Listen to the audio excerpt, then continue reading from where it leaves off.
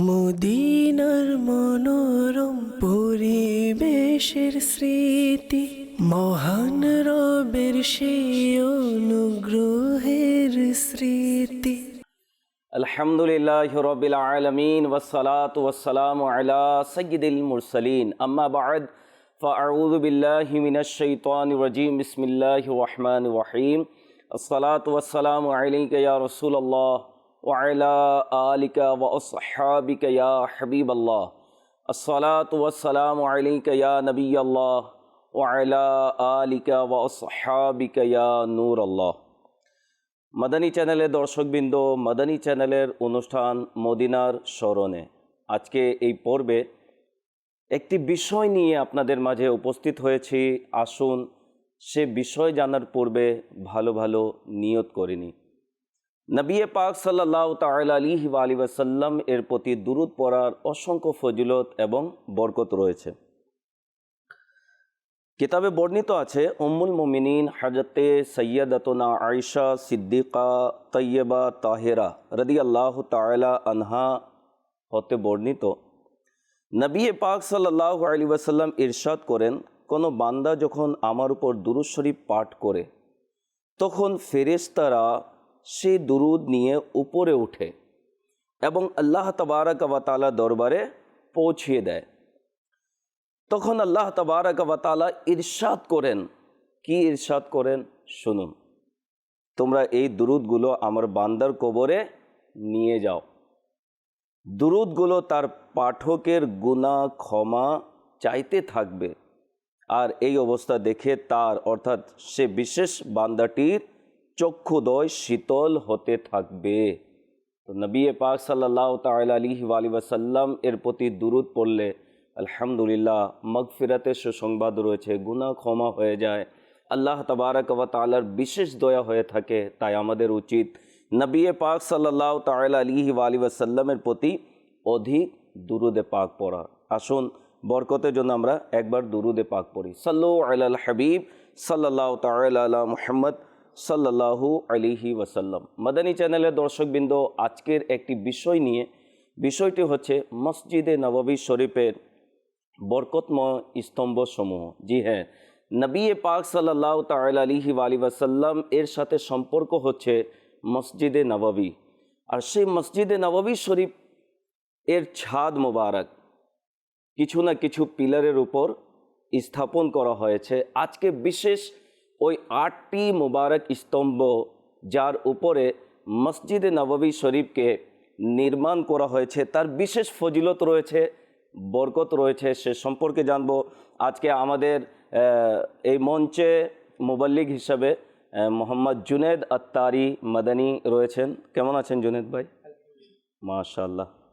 এবং আমাদের আরেকজন নাত পরিবেশনের জন্য রাশিদ আত্তারি মাদানী ভাই আমাদের সাথে রয়েছেন। তিনি নাত এবং বিভিন্ন কালাম আমাদেরকে শোনাবেন।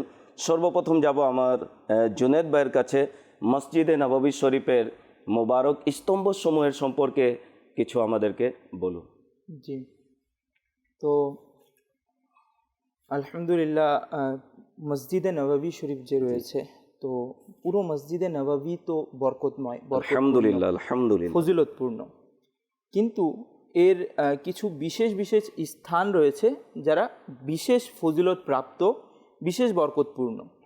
তো এই স্থানগুলোর মধ্যে 8টি স্তম্ভ রয়েছে যেগুলো মসজিদে নববীতে রয়েছে, আর এগুলো বিশেষ বরকতপূর্ণ। বর্তমান যদি দেখা যায় জুনেদ ভাই, মসজিদে নববী শরীফের অসংখ্য পিলার রয়েছে না, স্তম্ভ মানে পিলার। জি জি জি জি।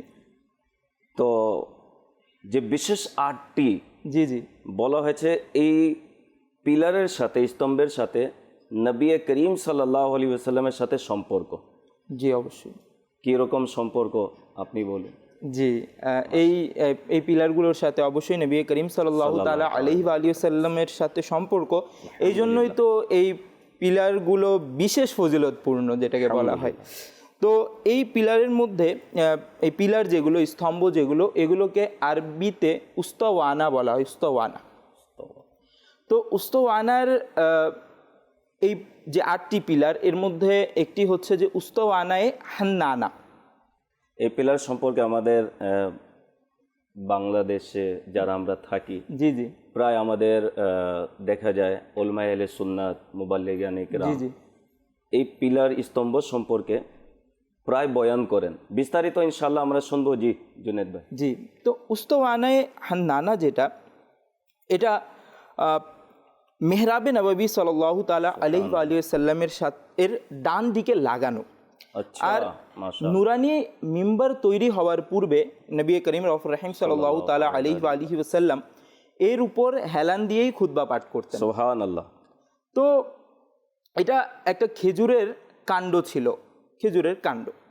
তো যখন নবী করিম সাল্লাল্লাহু তাআলা আলাইহি ওয়া আলিহি ওয়াসাল্লামের জন্য মিম্বার মুবারক প্রস্তুত করা হলো, তখন এই কাণ্ডটিকে সেইখান থেকে সরিয়ে নেওয়া হলো। আচ্ছা, তো যখন সরানো হলো তখন এই কাণ্ডটি নবী করিম সাল্লাল্লাহু তাআলা আলাইহি ওয়া আলিহি ওয়াসাল্লামের বিরহ বিচ্ছেদে কান্না শুরু করে দিল, সুবহানাল্লাহ, চিৎকার করতে শুরু করলো। কিতাবে রয়েছে যে তার চিৎকার গর্ভবতী উটের চিৎকারের ন্যায় ছিল, এত প্রচণ্ড চিৎকার ছিল। অর্থাৎ প্রাণহীন বস্তুর মধ্যে প্রাণ সঞ্চার হলো, যার তাও নবী পাক সাল্লাল্লাহু আলাইহি ওয়াসাল্লামের সংস্পর্শের কারণে। অবশ্যই নবী করিম সাল্লাল্লাহু তাআলা আলাইহি ওয়া আলিহি ওয়াসাল্লামের সংস্পর্শতায় যেখানে আমরা পাথরকে নরম হতে শুনেছি, এটা তারপরে তো একটি গাছের কাণ্ড। তো এই খেজুর গাছের কাণ্ডটি কান্না করতে শুরু করলো। তো এই কান্না দেখে যারা উপস্থিত সাহাবাই কেরামগণ ছিলেন তারাও কান্না জুড়ে দিলেন, তারাও কান্না করতে শুরু করলেন।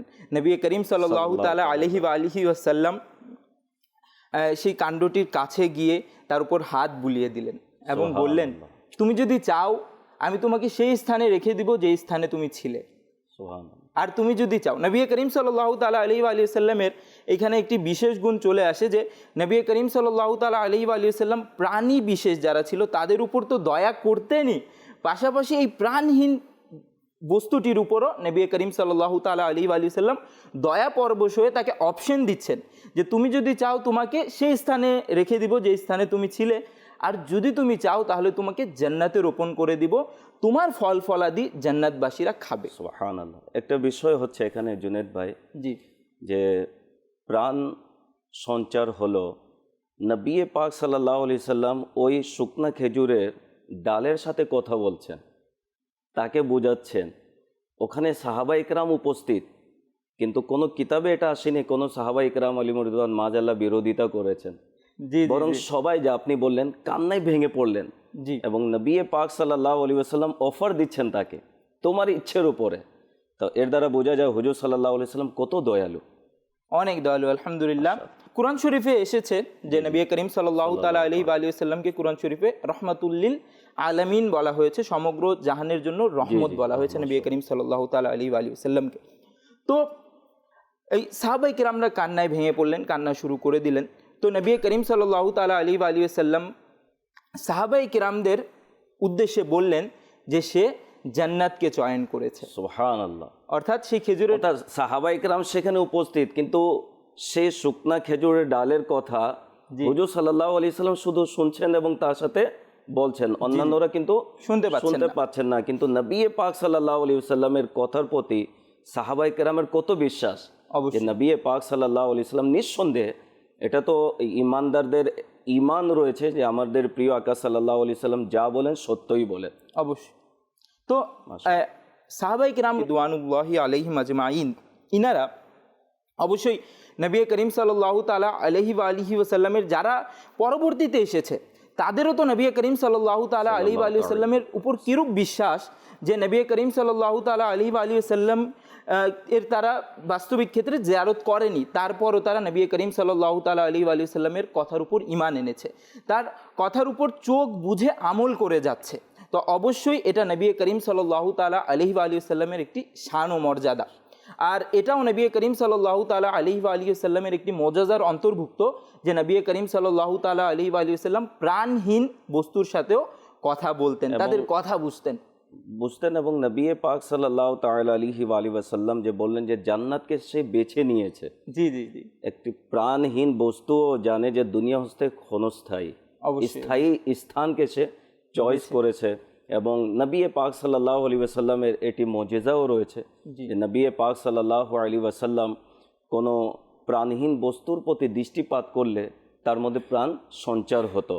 আলা হযরত রহমতুল্লাহ তাআলা কত সুন্দর বলেছেন, যদি রাশিদ ভাইয়ের স্মরণ থাকে, এক দিল হামারা ক্যা হ্যায় আজার ইসকা কিতনা, तुमने तो चलते फिरते मुर्दे जिला दिए। सुभान अल्लाह। एक दिल हमारा क्या है, आजार उसका कितना, एक दिल हमारा क्या है, आजार उसका कितना, तुमने तो चलते फिरते, तुमने तो चलते फिरते मुर्दे जिला दिए हैं, उनकी महक ने दिल के गुंचे खिला दिए हैं, जिस राह चल गए हैं कूचे बसा दिए हैं।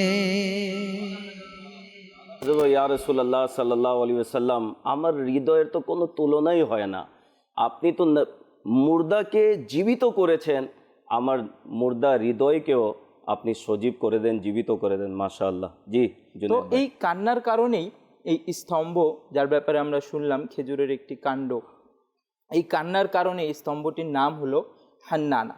সুবহানাল্লাহ। তো এর ব্যাপারে যখনই হযরত হাসান বসরি রহমতুল্লাহি তাআলা আলাইহি শ্রবণ করতেন, খুবই কান্না করতেন এবং কান্না করে বলতেন যে, হে লোকেরা, প্রাণহীন একটি খেজুরের কাণ্ড যদি নবীর বিরহে কান্না করতে পারে, তোমরা কি কান্না করতে পারো না? কত সুন্দর তিনি মাদানী ফুল দিয়েছেন হযরতে হাসান বসরি রহমতুল্লাহ তাআলা আলাইহি। আজকে অনেকে আছে যারা নবীর বিরহে যখন কান্না করে, অনেকে আবার বুঝে আসে না। জি জি। তো যাদের বুঝে আসে না, আমরাও তাদেরকে বুঝতে পারি না তার মাঝে ঈমান আছে কিনা। নবী পাক সাল্লাল্লাহু আলাইহি ওয়াসাল্লামের কথা হলে আশিকানে রসুল নিজের অশ্রুকে থামিয়ে রাখতে পারে না। নবী পাক সাল্লাল্লাহু আলাইহি ওয়াসাল্লামকে যারা মনে প্রাণে ভালোবাসে, যাদের অন্তরের মধ্যে নবীর ইশক মহব্বত রয়েছে, আসলেই তারা হুজুর সাল্লাল্লাহু আলাইহি ওয়াসাল্লামের বিরহে কান্না করে। একটি শুকনা খেজুরের ডাল যদি কান্না করতে পারে, আমরা পারি না কেন? নবী পাক সাল্লাল্লাহু আলাইহি ওয়াসাল্লামের বিরহে যারা কান্না করে, আলহামদুলিল্লাহ তাদের ঈমান সজীব হয়, তাদের ঈমান মজবুত হয়, তাদের হৃদয়ের মধ্যে ইশকে রসুলের প্রদীপ জ্বলে ওঠে। আমরা অন্যান্য স্তম্ভের ব্যাপারে শুনবো ইনশাল্লাহ। যাব রাশিদ ভাইয়ের কাছে, একটি কালাম শুনি ইনশাল্লাহ। অতি শীতল হাওয়া মদিনারি, অতি শীতল হাওয়া মদিনারি, অতি শীতল হাওয়া মদিনারি, সুরভিত হাওয়া মদিনারি, সুরভিত হাওয়া মদিনারি, মনে ইচ্ছে খুদা মদিনারি,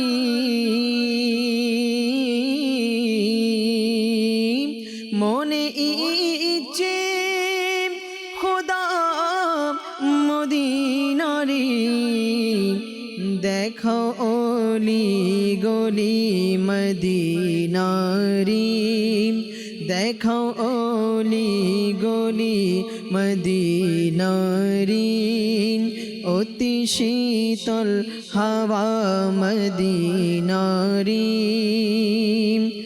মনোরম দৃশ্য সেথা শীতকালে, গ্রীষ্মকাল মরহবা মদিনারি, ফুল সুন্দর সেথা কাটা সুন্দর,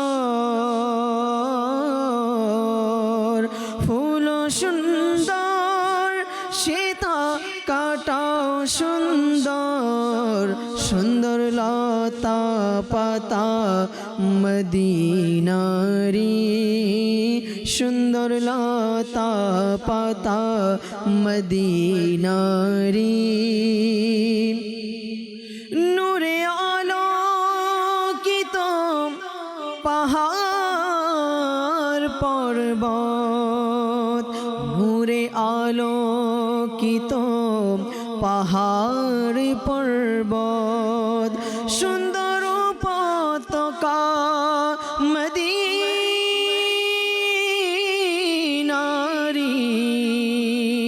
সুন্দর উপত্যকা মদিনারি। সাদা রহমত বর্ষণ হয় সেথায়। ইয়া রাসূলুল্লাহ ইয়া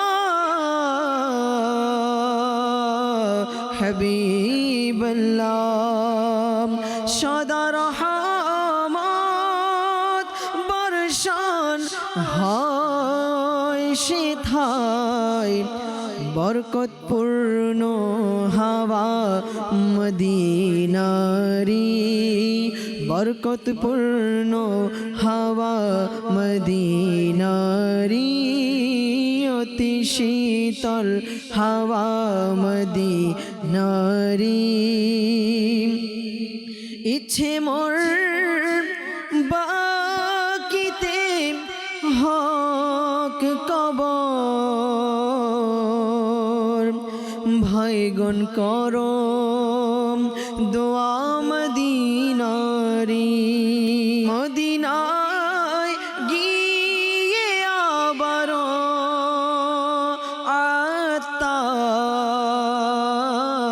আত্মার, মদিনায় গিয়ে আবারো আত্মার রহমত লুটে নাও না মদিনা রে, রহমত লুটে নাও না মদিনা রে, অতি শীতল হাওয়া মদিনারি, সুরভিত হাওয়া মদিনারি, সুরভিত হাওয়া মদিনারি।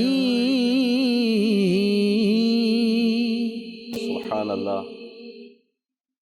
আসলে মদিনাতুল মুনাওয়ারাতে প্রতিটি বালি কোণাতে নূর আর নূর রয়েছে, বরকত আর বরকত রয়েছে, যা সাহাবা ইকরাম আলিমুর রিদওয়ান এর জীবনী থেকে পাওয়া যায়। আমরা পূর্বেও শুনেছি সাহাবা ইকরাম আলিমুর রিদওয়ান স্বয়ং নবী পাক সাল্লাল্লাহু আলাইহি ওয়াসাল্লাম যখন মদিনাতুল মুনাওয়ারায় উপস্থিত হতেন বাইরে সফর করে, তখন মদিনা আসার সাথে সাথে নিজের ঘোড়ার স্পিডকে আরও বাড়িয়ে দিতেন এবং বলতেন, এবং চেহারার কারো কাপড় যদি থাকলে সরিয়ে দেওয়া হতো এবং বলা হতো যে মদিনার মাটিতে শিফা রয়েছে। তো আসলে আশিকগণ যারা ইশকে রসুলের চোখ দিয়ে যখন দেখে, যখন ইশকের চোখ দিয়ে দেখে না, তখন মদিনা শরীফের কাটা মুবারকও সুন্দর লাগে। আলহামদুলিল্লাহ।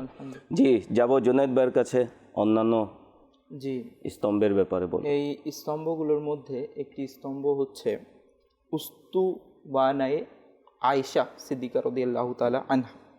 তো এই স্তম্ভটি এখানে নবী করিম সাল্লাল্লাহু তাআলা আলাইহি ওয়া আলিহি ওয়াসাল্লাম এবং সাহাবায়ে কেরামগণ, অনেক সাহাবায়ে কেরামগণ অনেকবার নামাজ আদায় করেছেন সুবহানাল্লাহ এই স্তম্ভটির কাছে।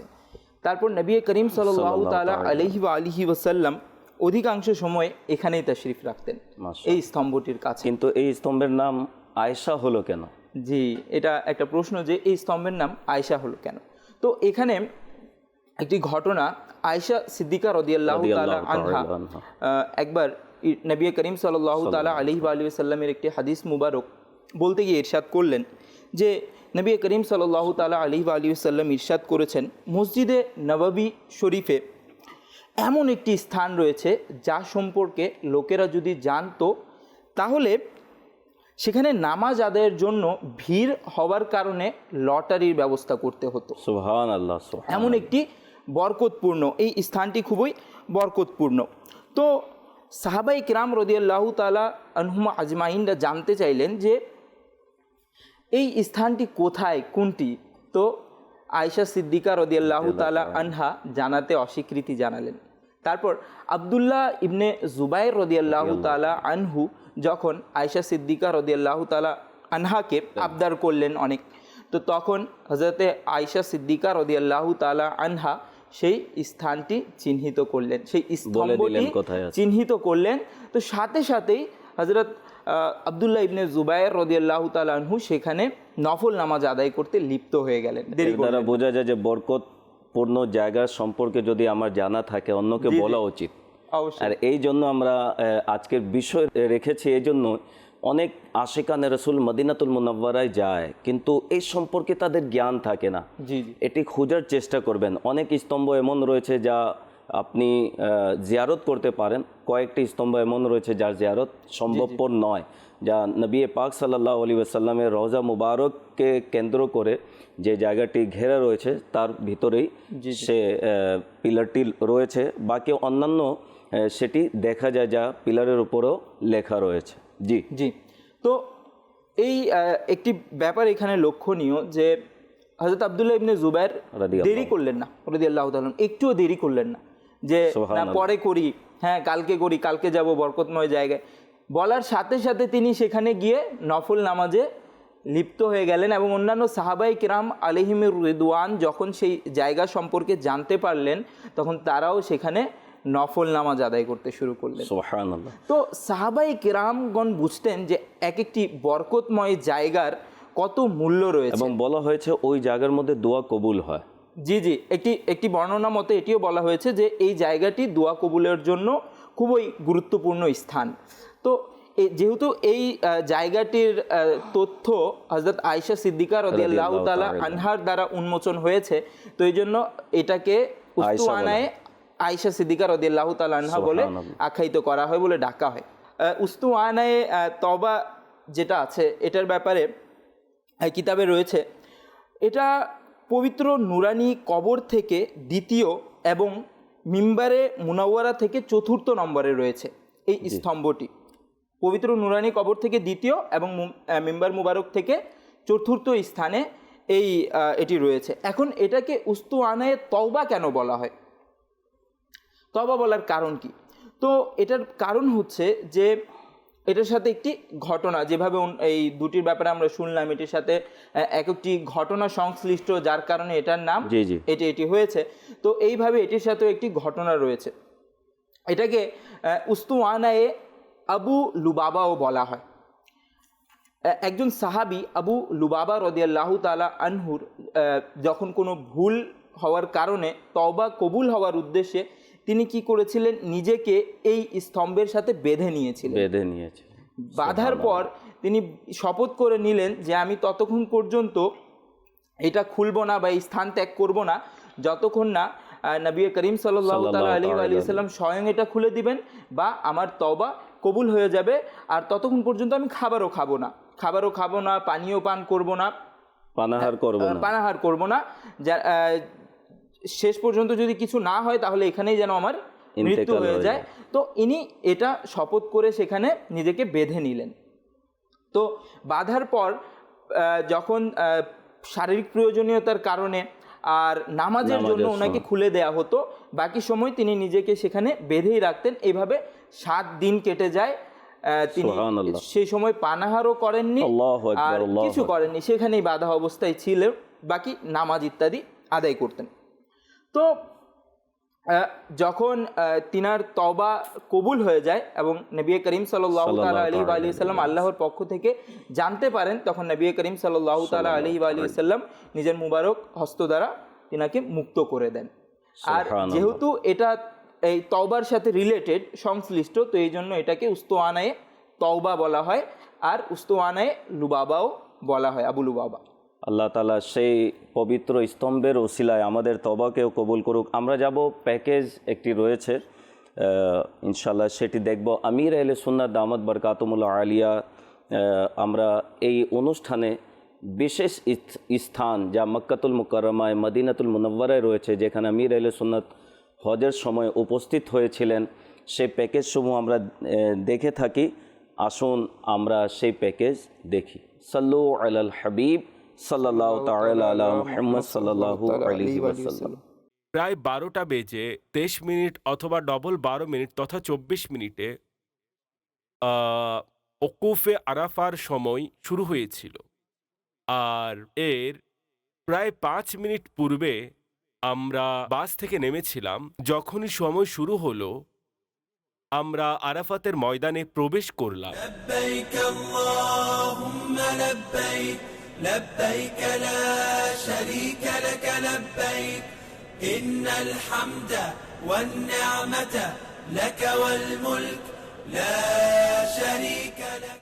এখন মনকে পার্থিব চিন্তা থেকে পাক সাফ করে এটাই চিন্তা করুন, আজ সেই দিন যে অনেক সৌভাগ্যবানদের হজ কবুল করা হবে এবং অনেকজনকে তাদের সদকায় মাফ করা হবে।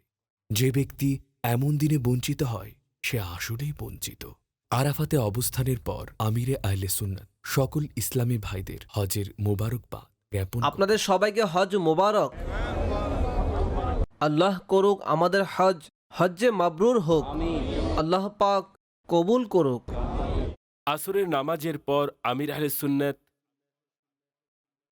সম্মিলিতভাবে দোয়া করলেন। আল্লাহর রহমতে দোয়া কেমন ছিল? চতুর্দিক থেকে আশিকানে রসুলগণ আপন রবের দরবারে আকুতি মিনতি করে দোয়া করতে হে লাগলেন। দোষ ত্রুটিকে গোপনকারী, আমরা গুনাহের সাগরে ডুবে আছি। হে আল্লাহ, সকল অঙ্গ প্রত্যঙ্গ গুনাহে ভরা, আমরা তোমার দরবারে হাজির। হে আল্লাহ, তুমি আমাদের দোষ ত্রুটিকে গোপন করে দাও। দুনিয়াতেও আমাদের দোষ গোপন করো, আর আখিরাতেও আমাদেরকে বঞ্চিত করিও না। আমাদের দোষ ত্রুটিগুলোকে ঢেকে রাখিও। ইয়া শাফি আল আমরাদ, আমরা গুনাহের রোগী, শিফার ভিক্ষা নেয়ার জন্য তোমার দরবারে উপস্থিত হয়েছি। হে আল্লাহ, আমাদের গুনাহের রোগ থেকে মুক্তিদান করো, আর আমাদের শারীরিক অসুস্থতা তাও দূর করে দাও। হে আল্লাহ, যে আমাদের মধ্যে অসুস্থ সে যেন সুস্থ হয়ে যায়।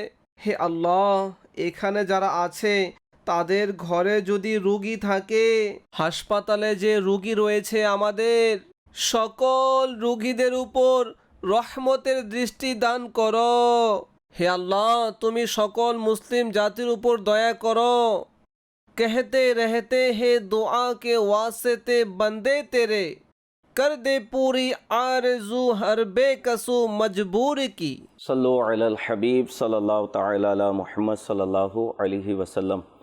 আমির আহলে সুন্নাত দামাত বারকাতুহুল আলিয়া আরাফাতের ময়দানে, যা হজের রুকনে আজম বলা হয়েছে, এবং মুহূর্তের জন্য কোনো হাজি যদি আরাফাতের ময়দানে অবস্থান করে তাহলে তাকে হাজি বলা হয়, হজ হয়ে যায় তার।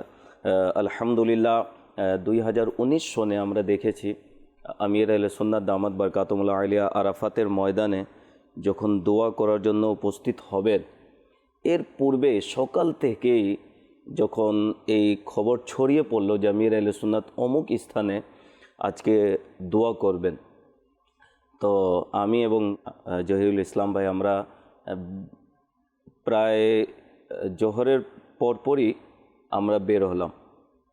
তো সেখানে উপস্থিত হলাম, শুনতে পারলাম যে সন্ধ্যার দিকে হবে আর কি। এর পূর্বে দেখলাম লোকের আসতে কিন্তু কি শুরু করে দিল, এবং ঠিক আসরের পর আলহামদুলিল্লাহ আমির আহলে সুন্নাত যখন আসলেন, আশিকানে রসুল চারিদিকে ঘিরে, এবং ওই আরাফাতের ময়দানে একজন আল্লাহর ওলির দোয়ার সাথে সামিল হওয়া আসলে সৌভাগ্যের বিষয়। যা দোয়া করলেন আলহামদুলিল্লাহ মাঝে মধ্যে মাদানী চ্যানেলে চালানো হয়। আল্লাহ তাআলা আমাদেরকেও আরাফাতের ময়দানে অবস্থান করার তৌফিক দান করুক। আসলে আরবের দৃশ্যাবলী এমন রয়েছে যা চোখ জোড়ায় যায়, মানুষ তাকিয়ে থাকবে, প্রতিটি দৃশ্য মনোরম। আলহামদুলিল্লাহ আমির আহলে সুন্নাত এই বিষয়ে কালামও লিখেছেন। যাব রাশিদ ভাইয়ের কাছে, যদি কয়েকটি পংক্তি আমরা শুনে নিতাম, এরপরে ইনশাআল্লাহ আমরা আমাদের বিষয়ের দিকে যাব। হে আরবের মরু প্রান্তর, তোমার বসন্ত কে সালাম। হে আরবের মরু প্রান্তর, তোমার বসন্ত কে সালাম। তোমার পবিত্র ফুল কে আর পবিত্র কাটাম কে সালাম। হে আরবের মরু প্রান্তর, তোমার বসন্ত কে সালাম। জবলে নূরম জবলে সর আর তাদের গুহাকে সালাম। নূর বর্ষিত পাহাড়ের সারিগুলো কে সালাম। নূর বর্ষিত পাহাড়ের সারিগুলো কে সালাম। দিন রাত রহমতের বর্ষণ হয় যেখানে অঝরে। দিন রাত রহমতের বর্ষণ হয় যেখানে অঝরে। শীতাওয়াফে কাবার বর্ণিল দৃশ্যাবলী কে সালাম। শীতাওয়াফে কাবার বর্ণিল দৃশ্যাবলী কে সালাম। হজরে আসওয়াদ বাব মিজাব আর মাকাম মুলতজম আর কাবার গিলাফের বর্ণিল দৃশ্যাবলী কে সালাম। হে আরবের মরু প্রান্তর, তোমার বসন্ত কে সালাম। গোসলে কাবার দৃশ্য রূপ আর চমৎকার আনন্দিত প্রিয় আত্মার জানায় সে দৃশ্য কে সালাম। হে আরবের মরু প্রান্তর, তোমার বসন্ত কে সালাম। তোমার পবিত্র ফুল কে আর পবিত্র কাটা কে সালাম।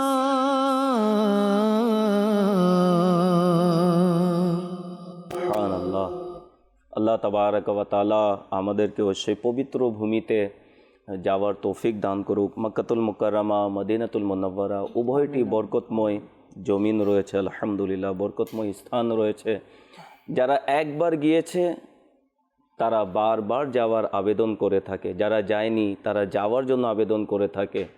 এমন একটি জায়গা, এমন একটি স্থান যেখানে চলে গেলে তৃষ্ণা কমে যায় না, আরও বেড়ে যায়, দেখার তৃষ্ণা বেড়ে যায় এবং বারংবার আল্লাহ তাবারক ওয়া তাআলার দরবারে আবেদন করতে থাকে, মাওলা আমাকে হজ করার তৌফিক দাও। যেটা লিখেছেন আমির আহলে সুন্নাহ যে পবিত্র নুরানি মাজার শরীফ থেকে জি জি দ্বিতীয় এবং মিম্বার শরীফে, মিম্বার মুনাওয়ার যেখানে রয়েছে তার পাশের অর্থাৎ চতুর্থ জি সেদিক দিয়ে নবী পাক সাল্লাল্লাহু আলাইহি সাল্লাম রওজা মুবারক থেকে সেই পিলার হচ্ছে দ্বিতীয়, এবং মিম্বার শরীফ থেকে যদি গুনাহ হয় তাহলে চতুর্থ।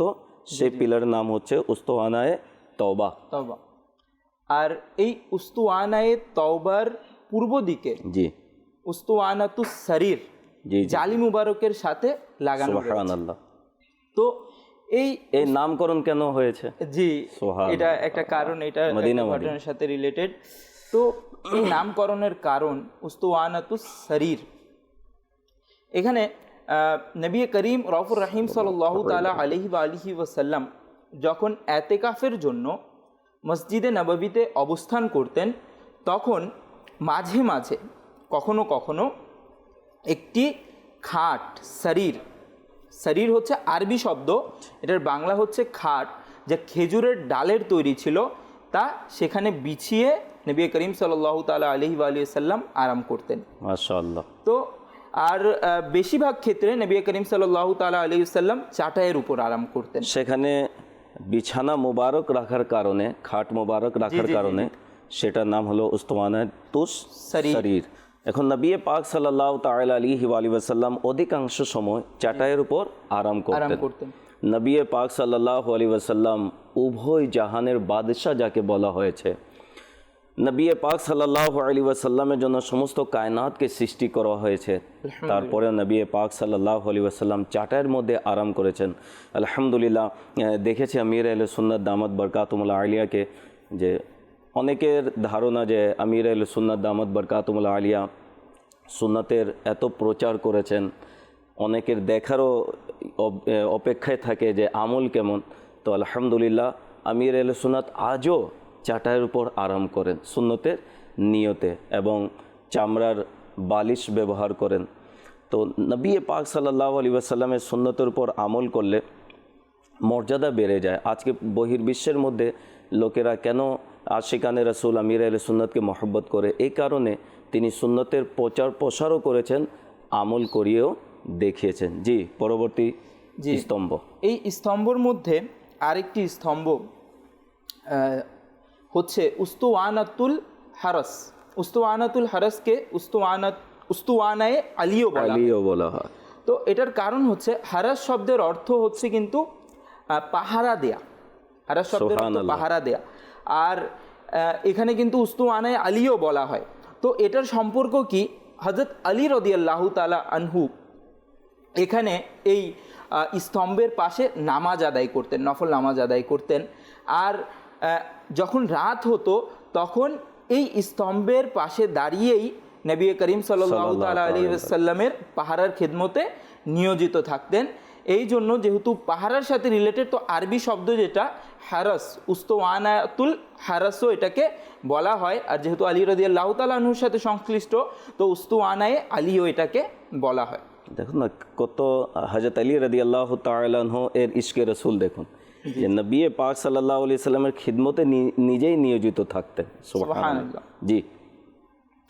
তো আরেকটি হচ্ছে উস্তুওয়ানায়ে উফুদ। তো উস্তুওয়ানায়ে উফুদ যেটা আসলে ওয়াত শব্দের অর্থ যেটা হয়, যেটা উর্দুতে ইউজ করানো হয়, হ্যাঁ, ইসের মধ্যে ইউজ করা হয়, দলবদ্ধভাবে যে প্রতিনিধি দলগুলো আসে তাদেরকে ওয়াফদ বলে। তো এটার সাথে কি রিলেটেড, কি রিলেশন, এটার ব্যাপারে কিতাবে রয়েছে যে যখন বিভিন্ন অঞ্চল থেকে, বিভিন্ন গোত্রের পক্ষ থেকে প্রতিনিধি দল নবী করিম সাল্লাল্লাহু তাআলা আলাইহি ওয়াসাল্লামের কাছে আসতো, নবী করিম সাল্লাল্লাহু তাআলা আলাইহি ওয়াসাল্লামের কাছে এসে ইসলাম ধর্ম গ্রহণ করার জন্য যখন তারা আসতো, তখন নবী করিম সাল্লাল্লাহু তাআলা আলাইহি ওয়াসাল্লাম প্রায় সুবহানাল্লাহ সেই স্তম্ভের পাশে দাঁড়িয়ে তাদেরকে নিজের জিয়ারত দ্বারা ধন্য করতেন। আর আশেপাশে সাহাবায়ে কেরামরাও বসা থাকতো। তো এই জন্য এই স্তম্ভটাকে উস্তুওয়ানায়ে উফুদ বলা হয়।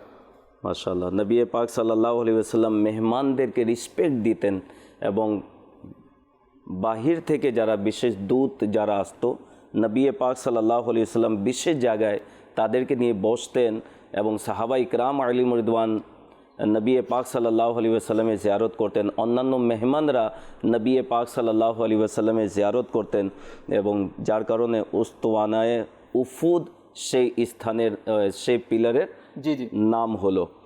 এরপরে সপ্তম। জি, সপ্তমটা হচ্ছে উস্তুওয়ানায়ে জিব্রাইল আলাইহিস সালাম। তো এটাকে উস্তুওয়ানায়ে জিব্রাইল আলাইহিস সালাম কেন বলা হয়? এটার কারণ হচ্ছে যে হযরত জিব্রাইল আলাইহিস সালাম প্রায় সময় এখানেই নবী করিম সাল্লাল্লাহু তাআলা আলাইহি ওয়াসাল্লামের জন্য ওহী নিয়ে আসতেন। তো এই জন্য এটাকে উস্তুওয়ানায়ে জিব্রাইল আলাইহিসসালাম বলা হয়। আর এই স্তম্ভটি সৈয়দা বিবি ফাতেমা রাদিয়াল্লাহু তাআলা আনহা এর হুজরা মুবারকের সাথে লাগানো ছিল এবং সুফা শরীফের ঠিক সম্মুখে কিবলার দিকে সবুজ জালি মুবারকের ভিতরে অবস্থিত ছিল। নবী পাক সাল্লাল্লাহু তাআলা আলাইহি ওয়া আলিহি ওয়াসাল্লামের দরবারে জিবরাইল আমিন আলাইহিস সালাতু ওয়াস সালাম, যিনি ফেরেশতাদের সর্দার, তিনি আসতেন ওহী নিয়ে, এবং সেই স্থানের নামকরণ করা হয়েছে উস্তওয়ানায়ে জিবরাইল, অর্থাৎ সেই পিলার সেখানে স্থাপিত রয়েছে। নবী পাক সাল্লাল্লাহু তাআলা আলাইহি ওয়া আলিহি ওয়াসাল্লাম এর দরবারে যখন ফেরেশতাদের সর্দার আসেন, আমরা যাব না কেন? যাওয়া উচিত বরকত নেওয়ার জন্য। আলহামদুলিল্লাহ, আজও নবী পাক সাল্লাল্লাহু আলাইহি ওয়াসাল্লাম নিজের রওজা মুবারকে জীবিত। জি হ্যাঁ, অনেকে হয়তোবা শুনে আশ্চর্যিত হবেন, আশ্চর্যের কোনো বিষয় নয়। আমার আকা আলা হযরত বলেছেন, তু জিন্দা হে ওয়াল্লাহ, তু জিন্দা হে ওয়াল্লাহ, মেরে চশমে আলম সে ছুপ জানে ওয়ালে। আমরা দেখি না, আমার চোখের দোষ, কিন্তু নবী পাক সাল্লাল্লাহু আলাইহি ওয়াসাল্লাম তিনি হচ্ছেন হায়াতুন নবী। তিনি এখনও যারাই নবী পাক সাল্লাল্লাহু আলাইহি ওয়াসাল্লামের দরবারে উপস্থিত হয়, সালাম আরজ করে নবী পাক সাল্লাল্লাহু আলাইহি ওয়াসাল্লাম তাদের সালামের উত্তরও দিয়ে থাকেন। এবং নবী পাক সাল্লাল্লাহু তাআলা আলাইহি ওয়াসাল্লামকে যারা জীবিত মেনেছে, হায়াতুন নবী মেনেছে, আলহামদুলিল্লাহ, তাদের ঈমানও সজীব থাকে, তাদের ঈমানও মজবুত থাকে। ঈমান যাদের দুর্বল হয়ে যায়, দুর্বল কি ঈমানই চলে যায় অনেকের, যারা নবী পাক সাল্লাল্লাহু আলাইহি ওয়াসাল্লামের ওই সকল গুণ যে আল্লাহ তাবারক ওয়া তাআলা তাকে দান করেছে, যদি অস্বীকার করে, যদি সে অবিশ্বাসী হয়, তাহলে ঈমান হারা হয়ে যায়, ঈমান তার থাকে না। এই জন্য আলা হযরত রাহমাতুল্লাহ তাআলা আলাইহি এবং আমাদের আকাবিরে আহলে সুন্নাত যা আমাদেরকে আকীদা দিয়েছেন, যা বিশ্বাস দিয়েছেন, সেটার উপর আমাদেরকে প্রতিষ্ঠিত থাকা উচিত। এটাতেই আমাদের জন্য কল্যাণ রয়েছে, এটাতে ইনশাআল্লাহ আমাদের ঈমান হেফাজতে থাকবে। আসুন একজন আশিকে রসুল, আশিকে মদিনার অভিমত আমরা শুনি। সাল্লু আলাল হাবিব সাল্লাল্লাহু তাআলা আলা মুহাম্মদ সাল্লাল্লাহু আলাইহি ওয়াসাল্লাম। আমার জীবনের অনেক স্মৃতির মধ্যে আমার প্রাণ শীতল করা যে অনুভূতি, যে ইতিহাস, যে ঘটনা, যে স্মৃতি, তার সর্বোচ্চ স্থানটা দখল করে আছে যখন আমি আমার প্রাণের নবী নবিকুল শিরোমণির রওজা আথরে যাওয়ার নিয়ত করেছি, কার্যক্রম শুরু করেছি। মদিনাতুল মুনাওয়ারা এমনই একটা শহর, এমনই একটা পুণ্যভূমি যেখানে রয়েছে জান্নাতুল বাকি। মদিনাতুল মুনাওয়ারায় এমনই কতগুলো বরকতময় স্থান আছে যেখানে গেলে উমরার সওয়াব পাওয়া যায়, যেখানে গেলে গুনাহ মাফ হয়ে যায়, যেখানে গেলে হজের সওয়াব পাওয়া যায়, যেখানে গেলে নবীজি বলেছেন আমি আমার ওই সফরকারী উম্মতের জন্য আল্লাহর দরবারে সুপারিশ করব। দিন ক্ষণ তারিখ গনতে গনতে যখন প্লেনে উঠে গেলাম, আর কথা বলতে পারছি না। সাথে আরও সফর সঙ্গী যারা ছিল তারাও একই অবস্থা, মনে হয় যেন কার চেয়ে বেশি কান্না করবে, কার চেয়ে দ্রুত পৌঁছে যাবে, এমনই যেন একটা ভাব সবার মধ্যে তৈরি হয়ে গেল।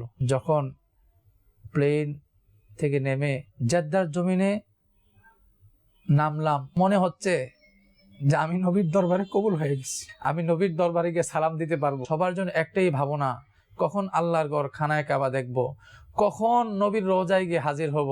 ইয়া হাবিব আল্লাহ, আপনার মহব্বতে আপনার গোলাম হাজির হয়েছে, আপনি অনুমতি দিন, আপনি একটু সুপারিশ করুন। আল্লাহ যেন খানায় কাবার তোয়াফ কবুল করে, আল্লাহ যেন মিনা মুজদালেফার জিয়ারতটা কবুল করে, আল্লাহ যেন আরাফার ময়দানের উকুফটা কবুল করে, আল্লাহ যেন জামরায় কঙ্কর নিক্ষেপ করাটা কবুল করে। যখন মদিনার হেরেমের সীমানায় ঢুকে গেলাম, নবীজির মসজিদ নববীর মিনারাগুলি দেখা গেল, হাউ মাউ করে নবীর আশাকে কান্না করতেছিল, নিজেও কান্না করলাম। অনুভূতি ধরে রাখা যায় না যে এই ভূমিতে অসংখ্য সাহাবায়ে কেরামের পা পড়েছে, এই ভূমিতে অসংখ্য নবী রাসূলদের কদম পড়েছে, এই ভূমিতে অসংখ্য শহীদদের পদচারণা হয়েছে, এই ভূমিতে অসংখ্য জান্নাতি মানুষ শুয়ে আছে, জান্নাতের মালিক যিনি সাইয়্যিদুল মুরসালিন রাহমাতুল লিল আলামিন শুয়ে আছে। যেখানে মদিনা যাওয়ার কিছু আবেগঘন মুহূর্তের কথা উপস্থাপন করে এটাই বোঝাতে চাই যে আপনারাও মদিনায় সফর করার জন্যে, খানায় কাবা যাওয়ার জন্যে আল্লাহর দরবারে দরখাস্ত পেশ করুন। ইনশাআল্লাহ একদিন না একদিন আল্লাহ পাক আল্লাহর খানায় কাবার তওয়াফ, নবীজির রোজার জিয়ারত আপনাকে নসিব করবেন ইনশাআল্লাহ। আসলে প্রিয় ইসলামী ভাইরা, মদিনা এমন একটি জায়গা, এমন একটি শহর, আশিকরা যখন বাস্তবে যখন পৌঁছে যায় নিজেকে আর ধরে রাখতে পারে না। এটি নতুন নয়, এটি সাহাবা ইকরাম আলিম রিদওয়ানের আদর্শে পাওয়া যায়। হুজুর সাল্লাল্লাহু আলাইহি ওয়াসাল্লামের যে সাহাবা ইকরাম আলিম রিদওয়ান ছিলেন, তাদের মাঝে এই যে বিষয়টি ছিল। আমরা সর্বশেষ উস্তানায়ে তাহাজ্জুদের সম্পর্কে শুনবো এবং সাহাবা ইকরামের আবেগ কেমন ছিল সে পবিত্র জায়গায় যাওয়ার জন্য সেটিও শুনবো। এরপরে ইনশাআল্লাহ রাশিদ ভাই কালাম পড়বেন, আমরা কালামের মাধ্যমে এই অনুষ্ঠান সমাপ্ত করব। জি জি, অষ্টম নম্বর যেটা বলা রয়ে গেছে সেটা হচ্ছে উস্তুওয়ানায়ে তাহাজ্জুদ। এটাকে তাহাজ্জুদের নামাজ সম্পর্কে আমরা সবাই প্রায় অবগত আছি। তো নবী করিম সাল্লাল্লাহু তাআলা আলাইহি ওয়া আলিহি ওয়াসাল্লাম এখানে অনেকবার তাহাজ্জুদের নামাজ আদায় করেছেন বিদায় এই স্তম্ভটির নাম উস্তুওয়ানায়ে তাহাজ্জুদ হয়ে গেছে এবং এর সাথে সাথে এটা একটি বিশেষ ফজিলতও অর্জন করছে, যেহেতু এটাকে বিশেষ 8টি স্তম্ভের সাথে উল্লেখ করা হয়।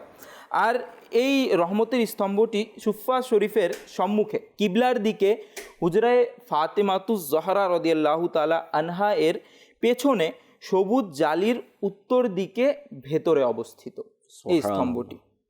তো বাইরে কুরআন শরীফ রাখার জন্য আলমারি থাকার কারণে এর সেটি দৃষ্টিগোচর হয়, জিয়ারত সম্ভব হয়। এখানে লেখা হয়েছে জুনেদ ভাই, বুখারী শরীফের হাদিস, হযরতে সৈয়দনা আনাস বিন মালিক রাদিয়াল্লাহু তাআলা বলেন, আমি নবী রহমত শফি উম্মত তাজদারি রিসালাত সাল্লাল্লাহু আলাইহি সাল্লামে বড় বড় সাহাবা ইকরামদেরকে দেখেছি যে মাগরিবের সময় তারা স্তম্ভগুলোর দিকে অগ্রসর হতেন, অর্থাৎ তাড়াতাড়ি সেখানে পৌঁছার জন্য চেষ্টা করতেন। এই যে সাহাবা ইকরামের আদর্শ কেন? নবী পাক সাল্লাল্লাহু আলাইহি ওয়াসাল্লাম এবং আল্লাহ তাবারাক ওয়া তাআলার প্রিয় বান্দাদের সাথে যে জায়গার সম্পর্ক, সেই জায়গা বরকতময় এবং বরকত অর্জনের জন্য তারা তাড়াহুড়ো করতেন সেখানে পৌঁছে যাওয়ার জন্য। আজও দেখা গিয়েছে আলহামদুলিল্লাহ, রিয়াজুল জান্নাহ যাকে বলা হয়, নবী পাক সাল্লাল্লাহু আলাইহি ওয়াসাল্লাম বলেছেন আমার হুজরা এবং মিম্বারের মধ্যবর্তী যে স্থান সেটি হচ্ছে রিয়াজুল জান্নাহ, জান্নাতের বাগান। আজও আলহামদুলিল্লাহ আশিকানে রসুল সেই জায়গায় বলা হয়েছে যে তার দৈর্ঘ্য হচ্ছে 22 মিটার এবং প্রস্থ হচ্ছে 15 মিটার। বাহ্যিকভাবে সীমিত যে জায়গা, এখানে যাওয়ার জন্য আশিকানে রসুল তারা সকাল থেকে, অনেকে যেহেতু সময় সময় খোলা হয়, কিছু সংখ্যক লোক যায় সেখান থেকে বরকত নেয়, আবার তারা সেখান থেকে বিদায় নিলে আবার অন্যদেরকে সুযোগ করে দেওয়া হয়। তো সিরিয়াল যেন চলে আসে, অনেকে সকাল থেকেই বসে থাকে যে কোন সময় আমার যেন সময় চলে আসে। আর যখন যায় অনেকে মাশাআল্লাহ সেখানে নামাজ আদায় করেন। হ্যাঁ, নবী পাক সাল্লাল্লাহু আলাইহি সাল্লাম বলেছেন সেটি জান্নাতের অংশ। আশিকানে রসুল নবী পাক সাল্লাল্লাহু আলাইহি সাল্লামের এই ফরমানের দিকে এমনভাবে ছুটে যায়, না দেখলে আপনার বিশ্বাস হবে না যে তারা অনেকে শুধু জমজমের পানি বোতলে নিয়ে বসে থাকে, নাস্তা করতে যায় না যে চলে গেলে আবার যাওয়ার সুযোগ হয় কিনা, দুপুরে খেতে যায় না যে যদি চলে যায় সুযোগ হবে কিনা। অর্থাৎ যখন মসজিদে নববীতে যারা পৌঁছে যায় তারা ওই জান্নাতের বাগানে যাওয়ার জন্য আলহামদুলিল্লাহ তারা অনেক সেটার জন্য তারা চেষ্টায় থাকে যে যত দ্রুত হোক আমি যেন জান্নাতের বাগানে যেন উপস্থিত হই। এটা সাহাবায়ে কেরামের আদর্শে পাওয়া যায় যে তারা পবিত্র আপনার স্তম্ভের সমূহের দিকে তারা ছুটে যেতেন। আল্লাহ তাবারাক ওয়া তাআলা আমাদেরকেও মসজিদে নববী শরীফে উপস্থিত হওয়ার এবং সেখানে নামাজ আদায় করার তৌফিক দান করুক। বিষয় এই জন্য রাখা হয়েছে, যারাই আমরা পবিত্র হজের জন্য যায় বা উমরার জন্য যায়, অনেকে মদিনাতুল মুনাওয়ারায় উপস্থিত হয় না, বলে হজের তো রুকুন নেই বা উমরার কোনো রুকুন নেই। আরে ভাই, রুকুন নেই, কিন্তু মূল বিষয় হচ্ছে মদিনাতুল মুনাওয়ারাতে যাওয়া। আশিকানে রসুলদের অবস্থা দেখুন, হজের পূর্বে যারা মদিনাতে যায় তারা নবীর দরবারে গিয়ে বলে ইয়া রাসূলুল্লাহ আমার শক্তি যেন এমন হয় আমি হজের সে হক সমূহ যেন আদায় করতে পারি। আপনি দোয়া করে দিন যাতে করে পরিপূর্ণ আমি হজ করতে পারি, আমার হজ যেন কবুল হয়ে যায়। হজ করে যখন যারা মদিনাতে আসে তারা নবীর দরবারে আরজ করে, ইয়া রাসূলুল্লাহ সাল্লাল্লাহু আলাইহি সাল্লাম, হজ করেছি, আপনার ওসিলা যেন কবুল হয়ে যায়। তো এই জন্য আশিকানে রসুল মসজিদে নববীতে উপস্থিত হয়। আল্লাহ তাবারাক ওয়া তাআলা আমাদেরকেও মসজিদে নববী শরীফ আলা সাহিবাস সালাত ওয়াস সালামের বরকত অর্জন করার তৌফিক দান করুক। বিদায় নেবার সময় হয়েছে, আমরা রাশিদ ভাই থেকে কালাম শুনবো, এই কালামের মাধ্যমে আমাদের অনুষ্ঠান সমাপ্ত হবে। সাল্লু আলাল হাবিব সাল্লাল্লাহু তাআলা আলা মুহাম্মদ সাল্লাল্লাহু আলাইহি ওয়াসাল্লাম। প্রতি বছর হজে আমায় ডাকো না ইয়া রাসূলুল্লাহ, দেখাও মোরে তব প্রিয় মদিনা ইয়া রাসূলুল্লাহ। প্রতি বছর যেন যায় মদিনা ইয়া রাসূলুল্লাহ। প্রতি বছর যেন যায় মদিনায় ইয়া রাসূলুল্লাহ। বাকিতে মোর যেন হয় শেষ ঠিকানা ইয়া রাসূলুল্লাহ। বাকিতে মোর যেন হয় শেষ ঠিকানা ইয়া রাসূলুল্লাহ। আমার নয়নে যেন থাকে সদা তোমারি ছবি ইয়া রাসূলুল্লাহ, ইয়া হাবিবাল্লাহ।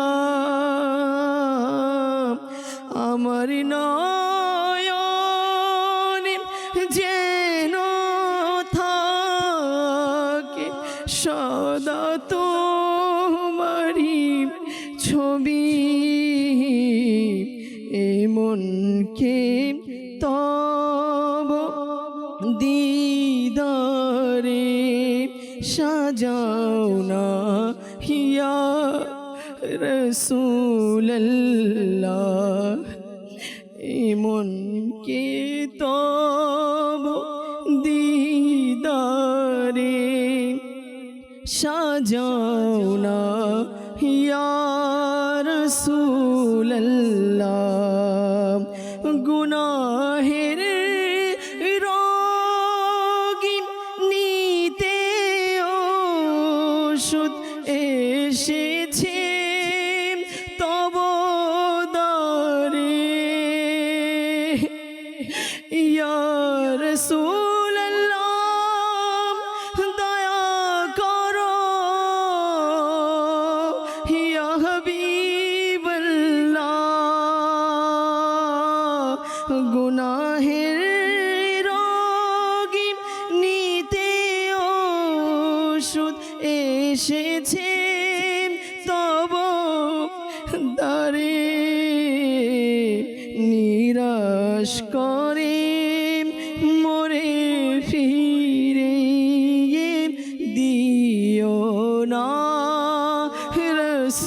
রাসূলুল্লাহ। নিরাশ করে মোরে ফিরিয়ে দিও না রাসূলুল্লাহ। ও কর্মা